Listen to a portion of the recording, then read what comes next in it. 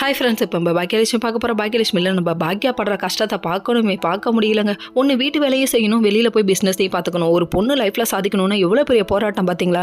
இது ரியல் லைஃப்பில் மட்டும் இல்லைங்க, ரியல் லைஃப்லேயும் உண்மையான விஷயம் இதுதான். அதாவது ஒரு பொண்ணு வந்துட்டு ஒர்க்கிங்லேயும் இருக்காங்க, வீட்லேயும் வேலை செய்யணும். அதெல்லாம் விட ரீல்ஸ் போட்டானுங்கன்னா அதுக்கு வர கமெண்ட் எல்லாம் பார்க்கணுமே. எப்பா முடியலடா சாமி, ஏன் பொண்ணுனா வீட்டையும் பார்த்துக்கிட்டு வேலையும் செஞ்சுக்கிட்டு கண்டிப்பாக ரீல்ஸ் போடக்கூடாதானே? அதுக்கெல்லாம் அவ்வளோ பேச்சு பேசுகிறீங்கடா சாமி.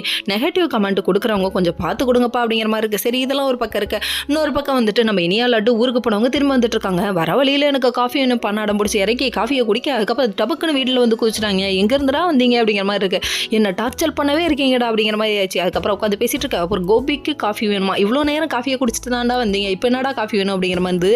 அதுக்கப்புறம் கோபிக்கு சேர்த்து காஃபி போட்டு வந்து கொடுக்க, அதுக்கப்புறம் வாங்கி குடிக்கிறாங்களாமா எல்லாரும். ஆமாம், புதுசாக கல்யாணம் ஆன பேர் இவங்களை தனியாக விடுங்கன்னு சொல்ல, அதுக்கப்புறம் இவங்க தனியாக பேசுன்னு சொல்ல, போனோடனே உங்களுக்கு வீடு இருக்குது ஞாபகம் இருக்கா, ராதிகா இருக்கிறது ஞாபகம் இருக்கான்னு சொல்லி கேட்க, சரி அதெல்லாம் இருக்கட்டும், இப்போதான் பாக்கியா வந்தேன், அங்கே எப்படி இருந்தது தெரியுமா, இவர் பேச்சு மேலே பேச்சு பேச, சரி வந்தீங்க எப்போ போவீங்க அப்படின்னு கேட்குறாங்க.